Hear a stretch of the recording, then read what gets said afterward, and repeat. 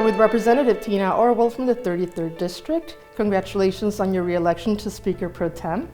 First, I'd like to ask you about your committee assignments. There's been a shift in your committee assignments. Now, you have served in capital budget before, but it's been a few years.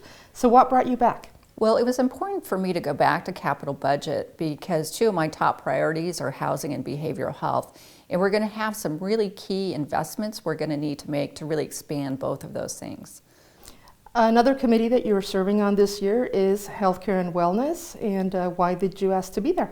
Well, I do a lot of work in behavioral health. And so as I was working on the 988 and implementation and another bill around deaf and hard of hearing instruments, they're really going through that committee, and I wanted to learn more because healthcare, has such an enormous impact on the people I serve. And then lastly, you're serving on regulated substances and gaming. Yeah, that is an interesting one. I do think it's important for me. I always worry about kids and youth and access to these potentially very dangerous drugs. And so for me, making sure we have regulation and oversight is really important to me.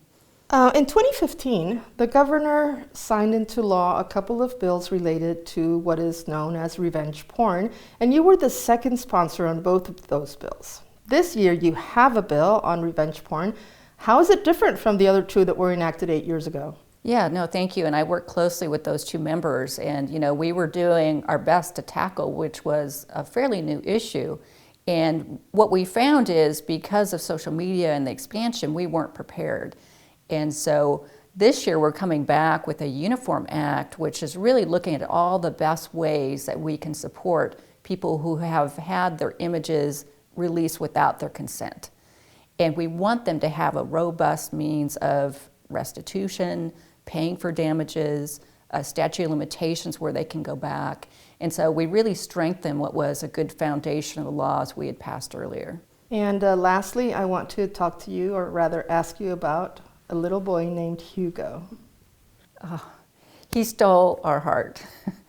I have a constituent, Jill, who reached out to me a couple years ago and was saying that hearing aids were not covered by insurance, and I could not believe it.